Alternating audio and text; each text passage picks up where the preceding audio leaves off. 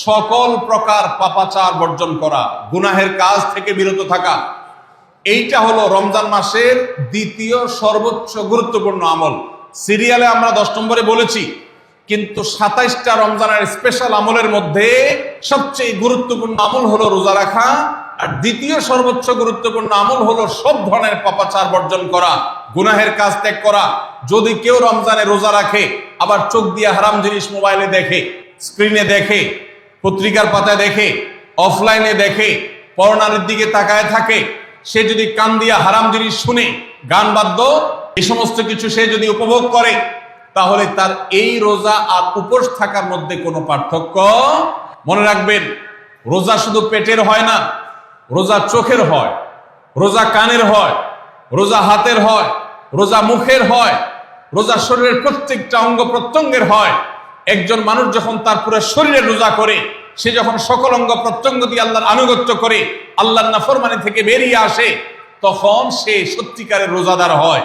আর যে শুধুমাত্র দিনের বেলায় পানাহার বর্জন করে, যৌনাচার বর্জন করে, আর সমস্ত পাপাচার অপকর্ম সে যথারীতি অন্য সময়ের মতো রমজান মাসেও করে, এই রোজাদার পেটের রোজা রেখেছে কিন্তু তার শরীরের অন্য অন্য অঙ্গ প্রত্যঙ্গগুলো আল্লাহর কথা শুনে নাই, সো সেগুলো কিন্তু রোজা রাখে নাই। এই রোজা আল্লাহর কাছে মাকবুল এবং গ্রহণযোগ্য রোজা হতে পারে না। অতএব আমরা রমজান মাসে সব ধরনের গুনাহের কাজ বর্জন করবো তো ইনশাআল্লাহ। প্রিয় ভাইরা আমার, রোজা কিন্তু আমাদের সাথে কথা বলে। রোজার ভাষা আমরা অনেকে জানি না, কি বলে সেটা অনেকে বুঝি না, কিন্তু রোজা আমাদের সাথে কথা বলে। কি কথা? সিয়াম শব্দের অর্থ, আমরা যেটাকে রোজা বলছি সেটা কোরআনের ভাষায় বলা হয় সিয়াম, হাদিসে বলা হয়েছে সেটাকে সওম বা সিয়াম। এই সওম বা সিয়াম একই শব্দ, এর অর্থ হলো বিরত থাকা। এর অর্থ হলো কি ভাই? বিরত থাকা, ব্রেক দিতে জানা। আল্লাহ রাব্বুল আলামিন রোজার মতো ইবাদত দিয়েছেন আমাদেরকে জীবনে ব্রেক দেওয়ার অভ্যাস গড়ে তোলার জন্য। আমরা যেন ব্রেক দিতে শিখি, আমরা যেন থামতে শিখি, আমরা যেন নিজেদেরকে নিয়ন্ত্রণ করতে শিখি। ইসলামের যে বৈশিষ্ট্য, ইসলামের যে বিউটি, ইসলামের যে সৌন্দর্য, সেটা হলো ইসলাম পৃথিবীর মানুষকে আত্মনিয়ন্ত্রণ করবার কথা বলে। আজ ভোগবাদী পৃথিবীর যেদিকে তাকাবেন, চতুর্দিকে দেখতে পাবেন শুধু ভোগের হাতছানি। দুনিয়াটা মস্ত বড়, খাও দাও আর ফুর্তি করো, শুধুমাত্র ফুর্তি ফুর্তি এবং ফুর্তি, ভোগ এবং ভোগ এবং ভোগ। গোটা পৃথিবী আপনাকে ভোগের কথা বলবে, ত্যাগের কথা বলবে না। ইসলাম আপনাকে ত্যাগের কথা বলে। আপনি ঈদ উদযাপন করবেন, ঈদ উল ফিতর, সেখানে পর্যন্ত ইসলাম বলে আগে গরিবের বাসায় ফিতরা পৌঁছাবে, তারপর তুমি ঈদগাহে যাবে, ঈদের আনন্দ করবে। আপনি কোরবানির ঈদে পশু জবে করে গোশত খাবেন, উৎসব করবেন, ইসলাম বলে ভালো কথা, তুমি উৎসব করবে, তোমাকে উৎসব করতেই দেওয়া হয়েছে, কিন্তু আগে গরিবের বাসায়ও গোশত পাঠাবে ঈদের, সেটা নিশ্চিত করবে, তার পাশাপাশি তুমি ঈদ উদযাপন করবে। আমরা যে রমজানের রোজা রাখি, এই রোজা আমাদেরকে বিরত থাকার কথা বলে। সেই বিরত থাকাটা কি? সেটা হলো আমরা যখন রোজা রাখি আমাদের পিপাসা হয়, আমাদের ক্ষুধা লাগে, পিপাসা হয়, আবার হাতের সামনে হয়তো পানিও আছে, আমার ক্ষুধা লাগে, হাতের সামনে হয়তো খাবারও আছে, কেউ দেখছেও না, সিসি ক্যামেরাও নেই, বদ্ধ রুমে কক্ষের মধ্যে, কিন্তু আমি রোজাদার। কোন রোজাদার রোজার মধ্যে খায়, পান করে? কেন? কারণ সে জানে আল্লাহ নিষেধ করেছে। আমরা যখন ইফতার সামনে নিয়ে বসে থাকি সন্ধ্যাবেলা, ভাইরা আমার, সারা বছর নাস্তা তো আল্লাহ তাআলা কম হোক বেশি হোক সবাইকে করার তৌফিক দেন, আমরা সবাই তো কম বেশি নাস্তা করি। সারা বছর আপনি যদি বুফে গিয়ে 100 আইটেমের নাস্তা দিয়েও আপনি খাবার গ্রহণ করেন, সকালের ব্রেকফাস্ট আপনি খান, ইফতারের সময় মাত্র 2-4টা আইটেম নিয়ে বসে থেকে আজানের জন্য, সূর্য ডোবার জন্য যে অপেক্ষা করেন, ওই অপেক্ষার সময় যে অবর্ণনীয় স্বাদ আর তৃপ্তি পাওয়া যায়, পৃথিবীর সমস্ত খাদ্য গ্রহণের মধ্যেও এই তৃপ্তি বা স্বাদ নাই। নবী সাল্লাল্লাহু আলাইহি ওয়াসাল্লাম সেজন্য বলেছেন, লিসাইমি ফারহাতান, রোজাদার ব্যক্তিকে দুটি আনন্দ দেওয়া হয়, ফারহাতুন ইনদা ফিতরি ওয়া ফারহাতুন ইনদা লিকাই রাব্বি। একটা আনন্দ হলো ইফতারের সময়, অবর্ণনীয়, ভাষায় প্রকাশ করবার অযোগ্য। কি ভালো লাগা কাজ করে, ইফতারের জন্য আমরা বসে আছি, খাবার সামনে আছে, রকমারি শীতল শরবত সামনে আছে, রকমারি খাবারের পসরা সাজানো আছে টেবিলে, দস্তরখানে, এদিকে পেটে ক্ষুধাও আছে, কিন্তু আমরা মিনিট গুনছি, আমরা সময় দেখছি, ঘড়ির দিকে তাকিয়ে আছি সূর্য কখন ডুববে। সূর্য ডুবেছে আর সাথে সাথে আমরা ইফতার করছি। এই যে আল্লাহর নির্দেশের অপেক্ষা, ইসলাম রোজার মাধ্যমে আমাদেরকে সেই শিক্ষাটা দিতে চায়। রোজা আমাদের সাথে সেই কথা বলে যে দেখো, তুমি জীবনে বিরত থাকতে শিখো, গোটা পৃথিবী তোমাকে ভোগ শিখাবে, ইসলাম তোমাকে ত্যাগ শিখাবে, ইসলাম তোমাকে কন্ট্রোল করা শিখাবে। আমাদের তরুণদের চরিত্রকে নষ্ট করবার জন্য, তাদেরকে নানাভাবে উস্কানি দেওয়ার জন্য, বিনোদনের নামে, নিউজের নামে, বিজ্ঞাপনের নামে, বিভিন্ন নামে অশ্লীল নানা দৃশ্য, খোলামেলা দৃশ্য তাদের সামনে দেখানো হয়, ভোগের আহ্বান করা হয়। ইসলাম বলে, হে মুসলিম তরুণ, তোমার চোখের এরিয়ার মধ্যে কোনো পরনারী, কোনো সুন্দরী নারী পড়ে গেছে, তুমি আঁচ করতে পেরেছ, সাথে সাথে তোমার দৃষ্টিকে তুমি নিয়ন্ত্রণ করো, অবনত করো। কুল্লিল মুমিনিনা ইয়াগুদ্দু মিন আবসারিহিম ওয়া ইয়াহফাযু ফুরুজাহুম। আল্লাহ বলছেন, হে রাসূল বলে দিন ইমানদার পুরুষদেরকে, তারা যেন তাদের চোখগুলোকে নামিয়ে রাখে, তাদের সম্ভ্রমকে তারা সংরক্ষণ করে। মনে রাখবেন, যা খুশি তা করতে পারা এটা যোগ্যতা নয়। নিজেকে নিয়ন্ত্রণ করলাম, যা খুশি তা করব না, এর নাম হলো যোগ্যতা। ডায়রিয়ার রোগী ডাইরেক্ট হয়ে যায়, যা খুশি যে করে, নিজের মন যেদিকে তাকে নাচায় সেদিকে নাচে, এই লোকটা অসুস্থ মানুষের মতো। আর মুসলিম যুবক, মুসলমান মানুষ, নারী পুরুষ, সে নিজেকে নিয়ন্ত্রণ করে। আল্লাহ এটা হারাম করেছেন, আমার মন চায়, চাইলেই আমি সেটা নিতে পারি, কিন্তু আমি নেব না। আমি একটা জিনিস ধরতে পারি, আল্লাহ হারাম করেছেন, সেজন্য আমি ধরবো না। এই শিক্ষাটা রমজান আমাদেরকে দেয়।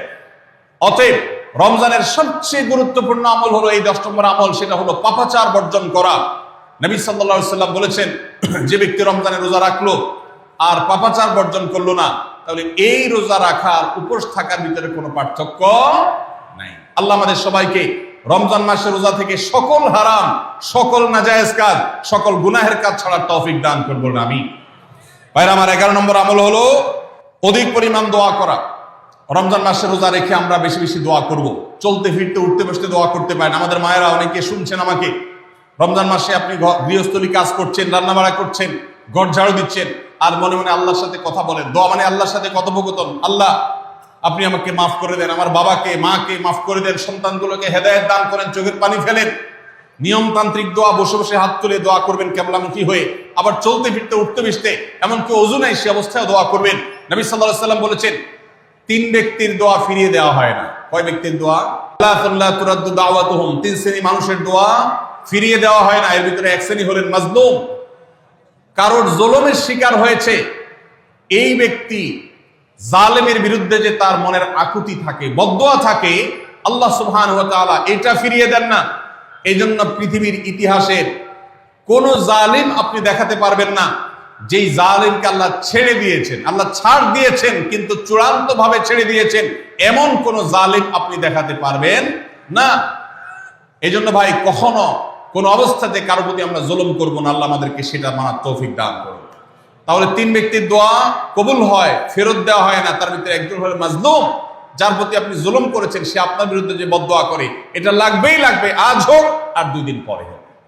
নাম্বার 2, মুসাফির, যে ব্যক্তি সফরে আছে, সফররত অবস্থায় সে যদি দোয়া করে, সে দোয়া আল্লাহ তাআলা কবুল করেন। 3 নম্বর হলো রোজাদার ব্যক্তি, আসসাইম হাত্তা ইফতির, রোজাদার ব্যক্তি সারাদিন ভর রোজা করলে, ইফতার রাগ পর্যন্ত, সারাদিন দোয়া করলে ইফতার রাগ পর্যন্ত তার দোয়া কবুল হয়। এই জন্য রোজা রেখে আমরা বেশি বেশি আল্লাহর কাছে দোয়া করবো ইনশাআল্লাহ। চলতে ফিরতে উঠতে বসতে মনে মনে আল্লাহর সাথে কথা বললেন, চাওয়া দাওয়াকে পেশ করলেন, বাস এটাই হলো দোয়া। এটা হলো আমাদের রমজান মাসের 11 নম্বর আমল, বেশি বেশি দোয়া করা। 12 নম্বর আমল হলো মিথ্যা এবং কাজ পরিহার করা। রমজানের সকল পাপাচার তো পরিহার করবই, বিশেষভাবে মিথ্যা কথা, মিথ্যা কাজ পরিহার করা। কারণ নবীজি সাল্লাল্লাহু আলাইহি ওয়াসাল্লাম এর জন্য আলাদা নির্দেশ করেছেন। তিনি বলেছেন, মাল্লাম ইয়াদা কাওলা যুরি ওয়াল আমালা বি ফালাইসা লিল্লাহি হাজা আন ইয়াদা তাআমাহু ওয়া শারাবা। যে ব্যক্তি রমজানের রোজা রেখে মিথ্যা কথা, মিথ্যা কাজ ছাড়লো না, তার উপোস থাকায় আল্লাহর কোনো ঠেকা পড়ে নাই।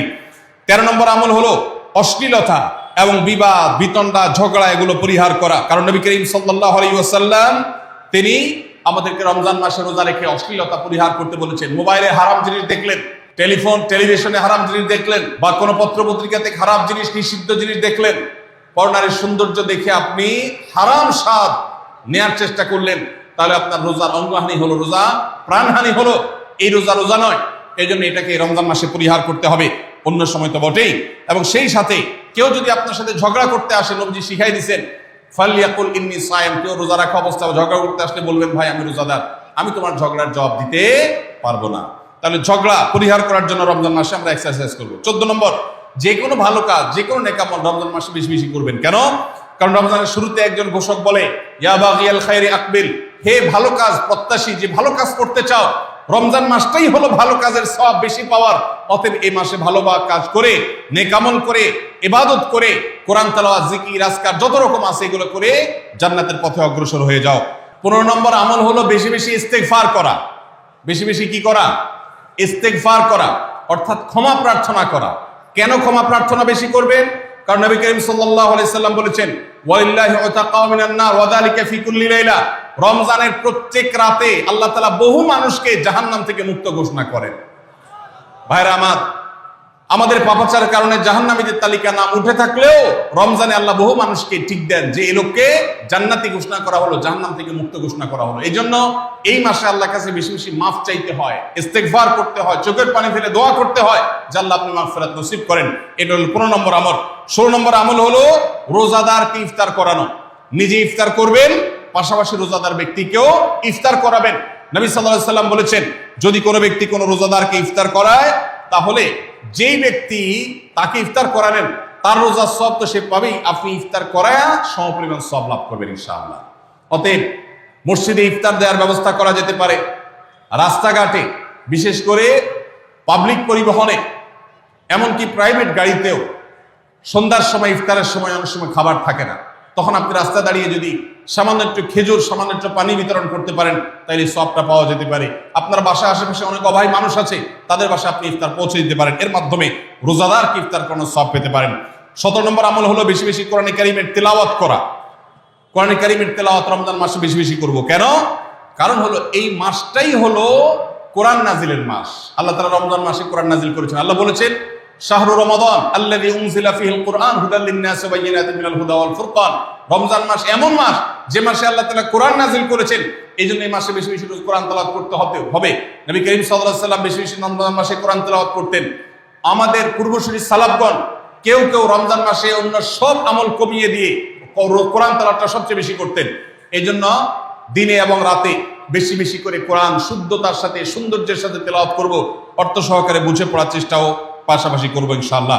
18 নম্বর আমল হলো কোরআন পরস্পরকে শোনাশুনি করা, বুঝে পড়া। অর্থাৎ আপনি কোরআন তেলাওয়াত করবেন, আপনার স্ত্রী শুনবে, আপনার মা শুনবে, আপনার বোন শুনবে, আবার তারা তেলাওয়াত করবে, আপনি শুনবেন।